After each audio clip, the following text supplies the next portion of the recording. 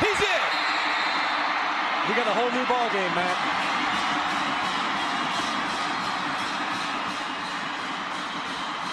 "29-yard touchdown run. Ben Carlson, 21st touchdown of this, his junior season." And you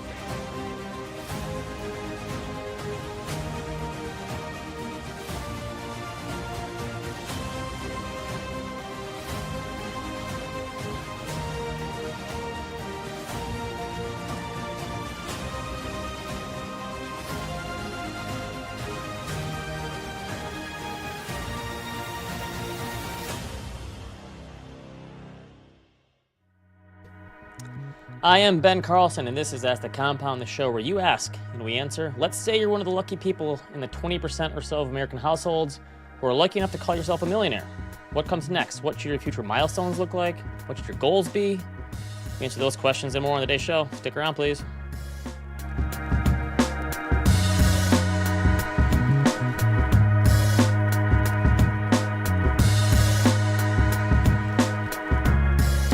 Our email here is askthecompoundshow@gmail.com. Thanks to everyone in the live chat on YouTube and Twitter. As always, we appreciate that. I was just getting a bit of 1990s nostalgia watching the football replays again. I thought you were going to continue on with the jokes about my shirt. Oh, no, yeah. And Duncan's feeling it with Fila from the 1990s. All right. On today's show, we're answering questions straight from our compound audience. How to handle emergency funds when you don't want to keep 6 months of expenses in cash. How to deal with a personal finance identity crisis, how to avoid outsmarting yourself, when to sell your Apple shares when you become emotionally invested with them, what comes next after you reach an important financial milestone, and how to save up for your second home purchase after the first one. All right, everyone live in the chat, fire off your questions. I'll answer them live. Today's show is brought to you by Rocket Money. Rocket Money is a personal finance app that helps you find and cancel unwanted subscriptions, monitors your spending, and helps you lower your bills so you can grow your savings. I checked my Rocket Money account this morning, and it said, Ben, you have 12 recurring charges in the next 10 days. It's very useful. They even put the logo of the place you're paying, so you know exactly who you're doing it. Rocket Money also told me that I'm spending less money this month than I did last month, so it looks like I have some work to do. It's like a goal, right? Rocket Money's 5 million members have saved a total of $500 million in canceled subscriptions, with members saving up to $740 a year when they use all the app's premium features. It's great. You go to rocketmoney.com, they give you some of your bills, and they say, do you want us to help you lower this? And they go negotiate on your behalf. It's pretty great. Cancel unwanted subscriptions. Reach your financial goals faster with Rocket Money. Go to rocketmoney.com/ATC today. That's rocketmoney.com/ATC, or you can just go to Rocket Money on your apps and your phone, download it, pretty easy. All right. Dave asks, how many touchdowns in your senior year of high school? Dave, not to brag, I was all state, but so it's probably 20-ish, 27 maybe. High 20s. Not bad. My best game ever, I had 6 touchdowns, 300 yards rushing. Pretty good, right? First round of playoffs. Sounds like a lot. And we played some crappy teams. All right, let's do it. First question. All right. Up first today, we got a question from Eric. Always curious about your thoughts on how to handle emergency funds.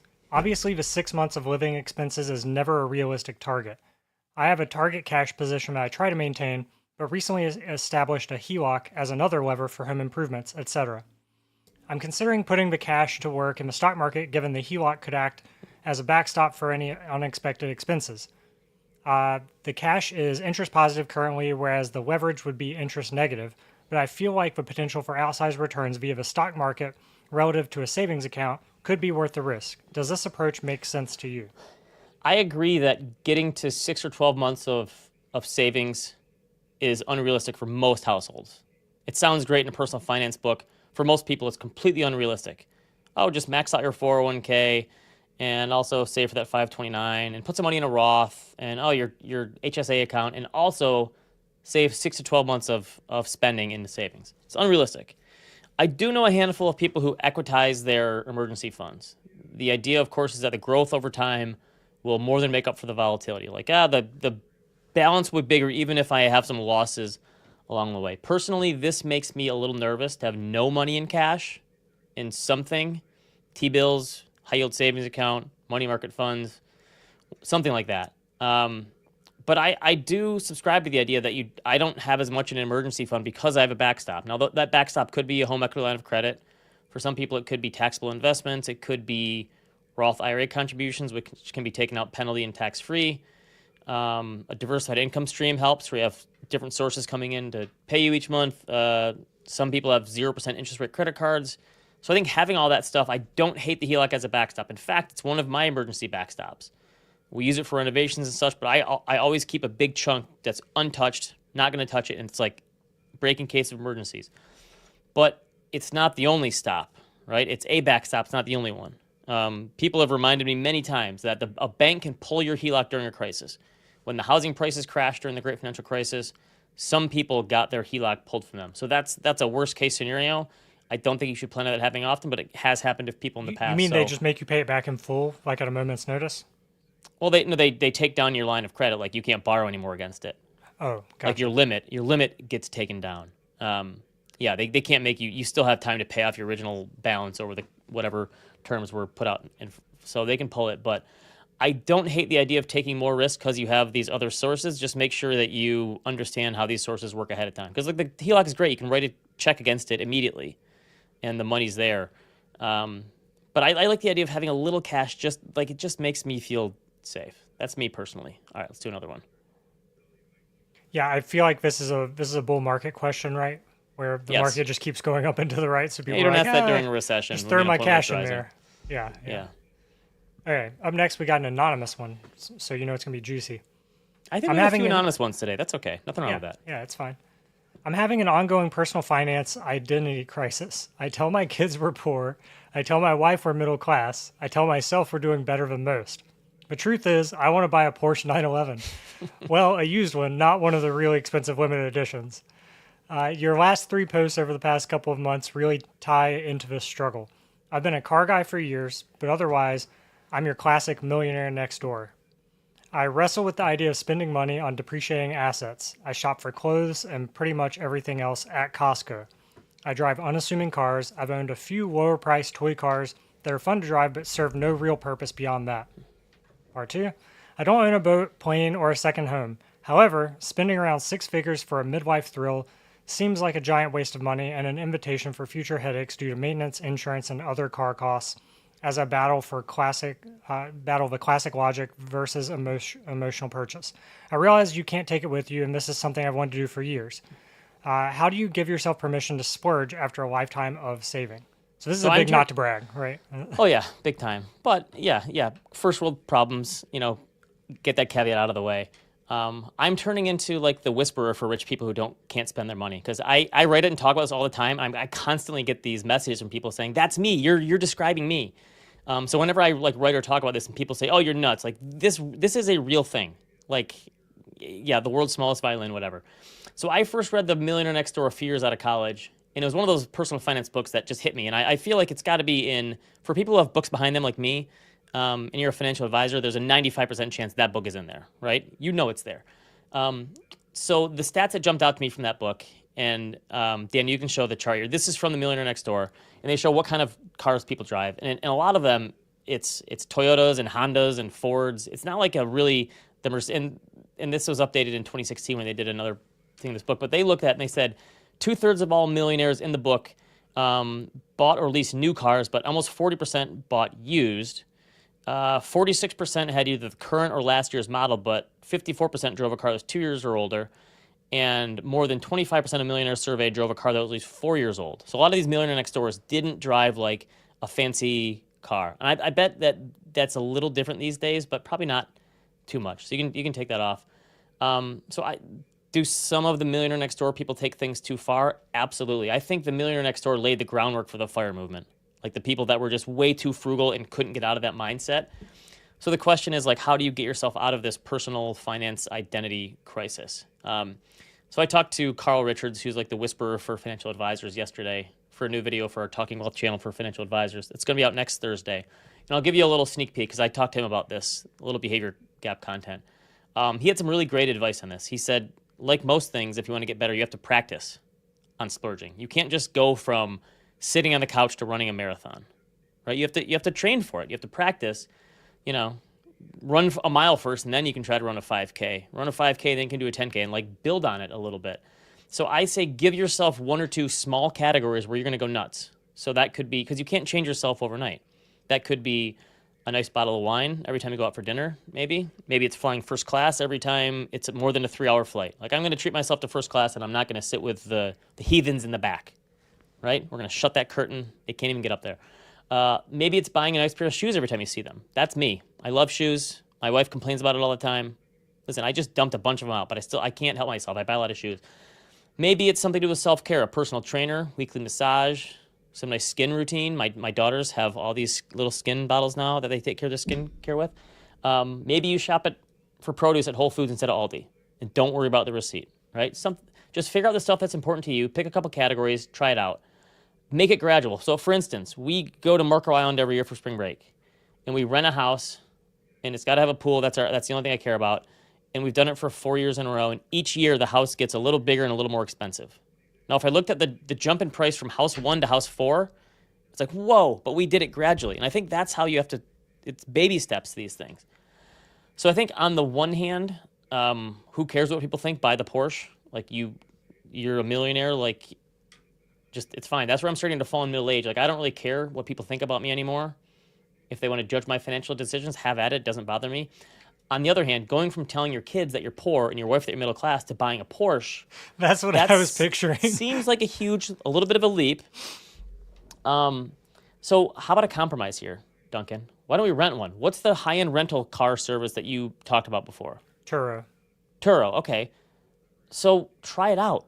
Rent it for a week or a month. And maybe you're right. Maybe it'll be a headache and you won't use it as much as you thought, and there's maintenance, and you go, oh, what a waste of time. It's just at point A to point B. Or maybe you'll discover this is glorious. I get to take my wife on a drive once a week down the highway. I get the kids a ride somewhere special to their favorite restaurant. The sound of the engine, the feeling you get when you peel out when a light goes from red to green and you just smoke the guy next to you. Like, maybe it's actually worth the money and it doesn't seem like a waste of something that takes you from point A to point B. So you'll never know if you don't try, though. And then obviously talk to your wife about these feelings, because she should be part of these decisions, and maybe there's something she would love to splurge on too, but you can't because of the millionaire next door lifestyle you've adopted. So, like, bring her in on this decision and talk to her about it too. Hey, honey, I want to buy a Porsche. How about you? What would you like to buy? And if you like racing people from stoplights, get an EV, because everyone wants to race you from stoplights, and you pretty much always win. So it's kind of fun. Really? Okay. Yeah. But you can't rev the engine. No, the sound is not very satisfying. It's true. But the acceleration is there. And then send us once you get it, try it out for a month, rent one, send us a picture of your Porsche when you decide to pull the trigger.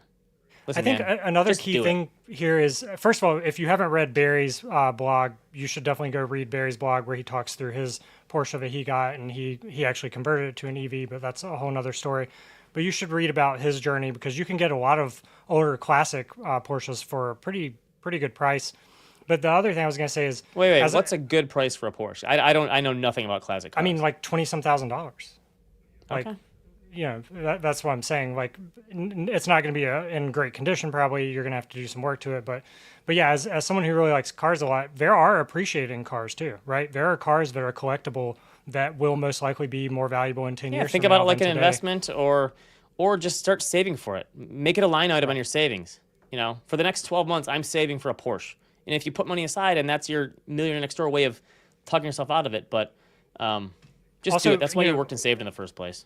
Also, are you going to actually like take it to a track and get to enjoy the, all the frills of it, or is it just something you're going to be driving around town going 35 miles an hour?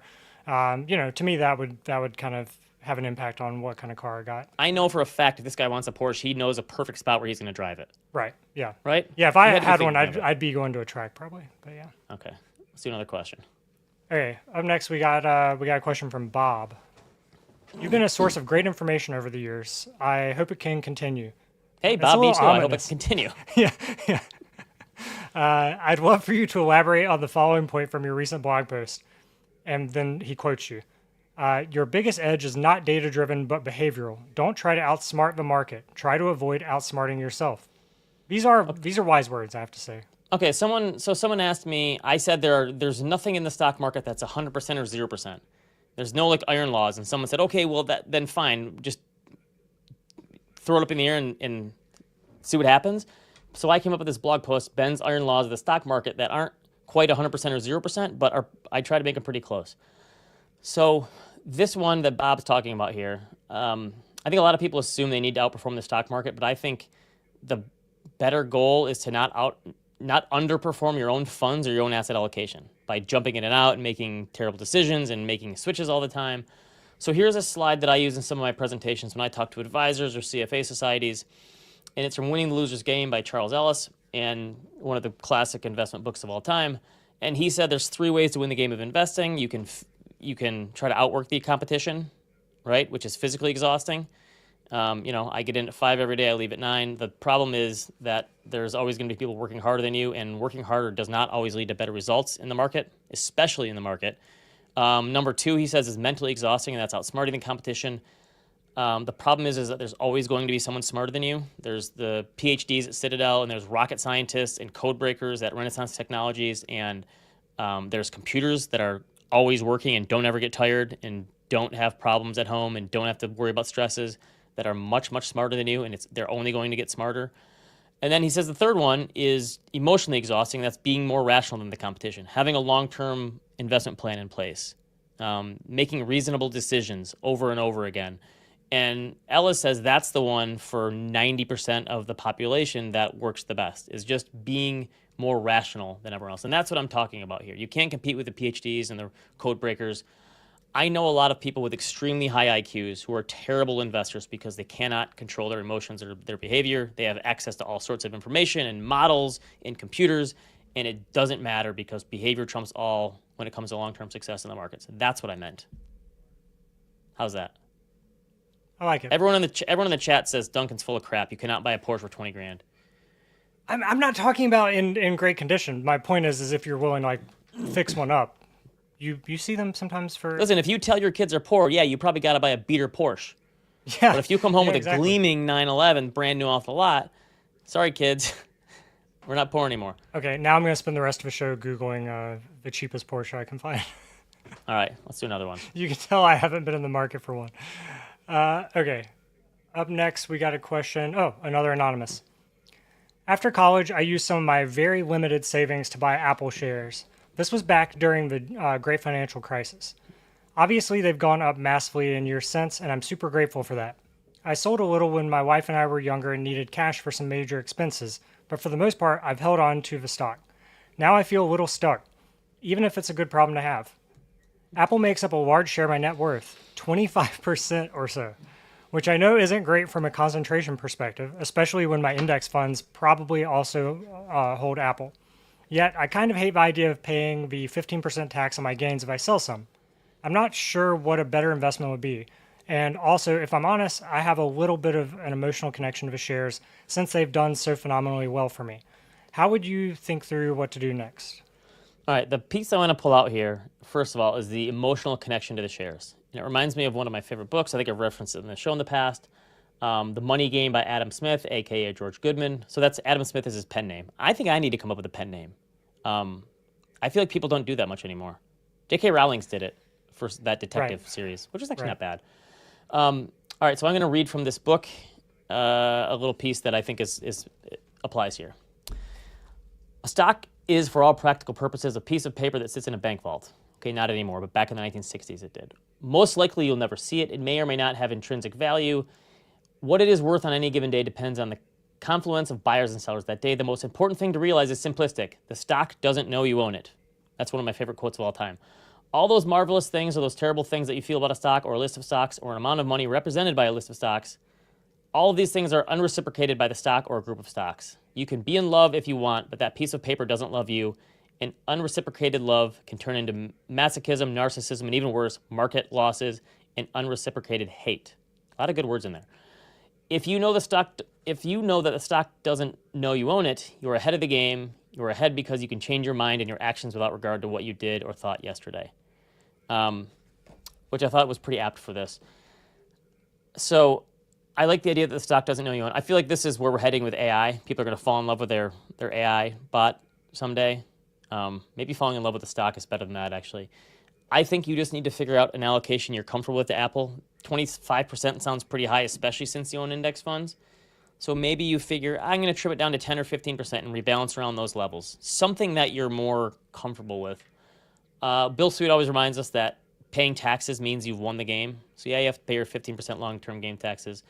Much better than the alternative of writing off losses, right? So I think you should probably break up a little bit with your Apple shares so you're not so emotionally invested, or at least go on a Ross and Rachel break for a while, right? I just don't think it's healthy to develop an emotional attachment to a stock that won't love you back, okay? That's my feeling, and I just think it probably clouds a lot of your views, and I think it would be nice if you, like, personally could trim it back just to see how it feels. Like, maybe I don't need you anymore. Yeah, Right? I mean, yeah, I can relate to this because, as a lot of people, our regulars know, I have a little bit of an emotional attachment to my Oatly shares, and No. I've actually been trimming some because Okay, I'm good. I'm up almost 30%, and I was down at one point 70% in the stock, and so it's like, It's a wild ride. Yeah, it makes sense, but that's 15% of my trading portfolio, so that's not even close to where Yeah, the Apple shares are for this this Yeah, person. 25% is a pretty. Now, some people say, "Listen, you concentrate to get rich." That's fine, but I just think the emotional attachment is taking it a little too far. Yeah, yeah. All right, let's do Which another there are worse stocks to be emotionally attached to than Apple, probably, right? But Probably, yeah. I hope you've been in it for a long time. yeah. Okay. Up next, we had a question from Michael. My wife and I hit a net worth of $1 million last year. Our annual income is just over $200,000 a year. We're having a baby in a few weeks. We're both 36 and thinking about planning for college and retirement. We bought our home 2.5 years ago for $487,000 with a mortgage rate of 4.85%. It's crazy that mortgage rates have gone up that much just in 2.5 years. Right. This is all not to brag. We live in Atlanta and don't know what our next financial milestone is or should be. What do you think we should do next? What should our next financial goal be after hitting a 7-figure net worth? So Well, we talked about congrats. this. That's Yeah, impressive. Way to go. Yeah, especially in your mid-30s. Yeah, that's something that's pretty rare. So we talked about with Nick a few weeks ago about his book. I think there's something like 22 or 23 million households in the U.S. that have a net worth of $1 million or more. That's like 1 out of every 6 households, which is a decent number of millionaires. As we talked about with Nick, the number globally is much, much lower. I think it's like 1.5% of the population globally. So what's next? You could increase your savings rate. You could allow some lifestyle creep into your budget and spend a little bit more. You could think about maybe a vacation home, right, in the mountains of Georgia or something. Plan for early retirement. Think about the FIRE stuff. A lot of people want to know how to save for their kids, right? 529 plans and such. Travel a little more, maybe some home renovations. You could think about charitable giving, which is something that doesn't get brought up in a lot of finance shows. I think that's a great way to add. And I like the dollar cost average into charitable giving over time, make it automatic. Life insurance is probably not a bad idea to think about. I think you can give yourself a little margin of safety because baby's on the way. Already have a kid. Like kids can be expensive. Trust me. Some people find it useful to use a financial advisor when they have trouble defining their goals. Some people in the chat may say that's ridiculous. Do it on your own, and others will say no, it's very helpful, and that's something that I've seen before. When I managed institutional portfolios for these big pensions and endowment funds and such, and these were hundreds of millions of dollars, and some of them were billions in some case, I like to always say that it's not that much different managing money for them. It's just a few more zeros. And I think the same stuff applies from a high level when you hit a certain breaking point in your net worth, right? It's still all about defining your goals and your risk profile and your time horizon. Don't get hung up on that 2 comma level of wealth. It doesn't really change the equation in a meaningful way in terms of how you make wise financial decisions. It's just kind of a number. And I hope that you felt good about it, but also like, all right, it's just a number. Now we move on and we keep planning and making goals, and your goals can and will change over time. But that's the idea, that the financial planning process shouldn't change all that much just because you hit some mythical level. Yeah, I was going to ask, do you think we get a lot of questions from people who are having kids and trying to kind of, account for that. Is there some kind of mental accounting you should do to weight your net worth when you have a kid? Because the $1 million is a little different probably if it's just you and your wife versus if you have a kid or 2 kids or 3 kids. Is there anything or just is it helpful to mentally index like, okay, kids are expensive. I'm Hey, just listen, curious how you think I about have that. I have 3 kids.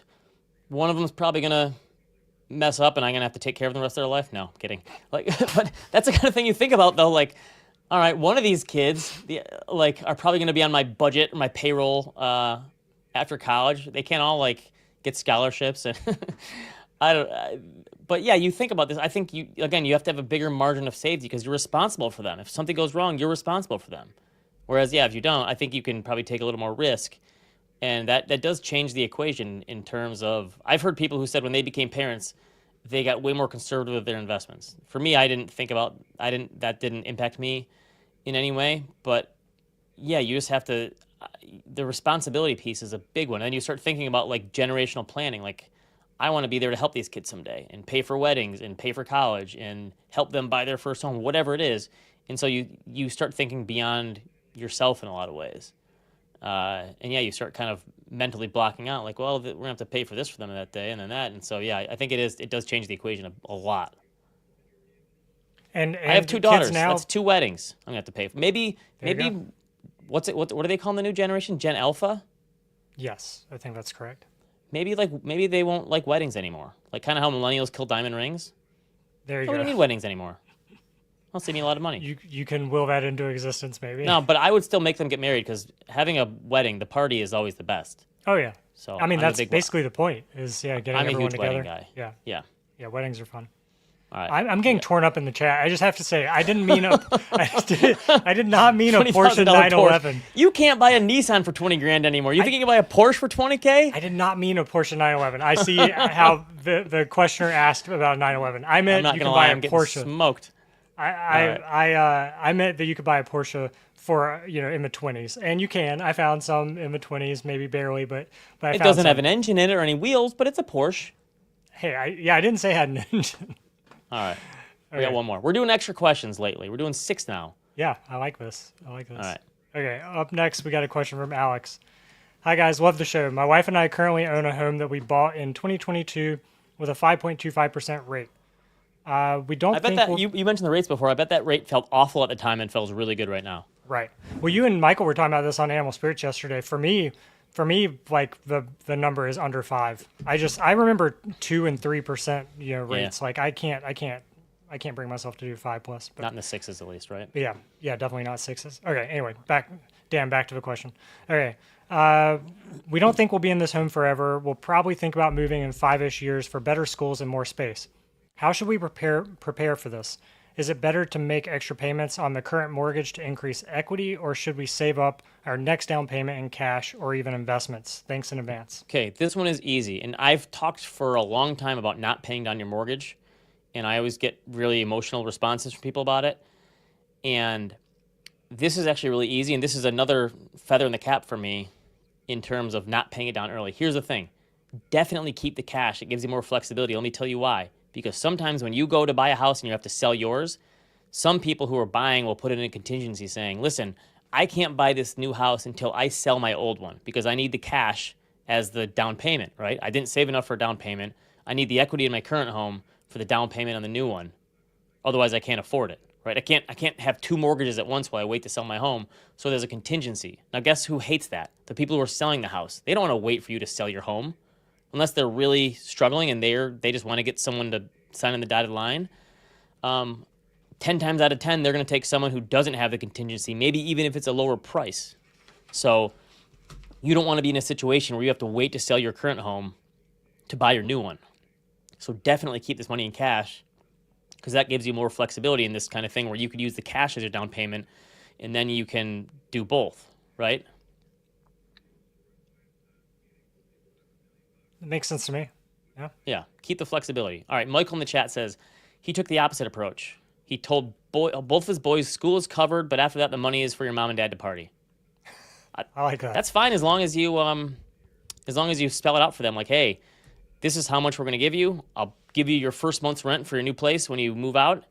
Then you get a kick in the pants and you're off my budget. That's fine as long as you communicate that with them. But let's be honest. If they come to you for something and they go to jail, you're bailing them out.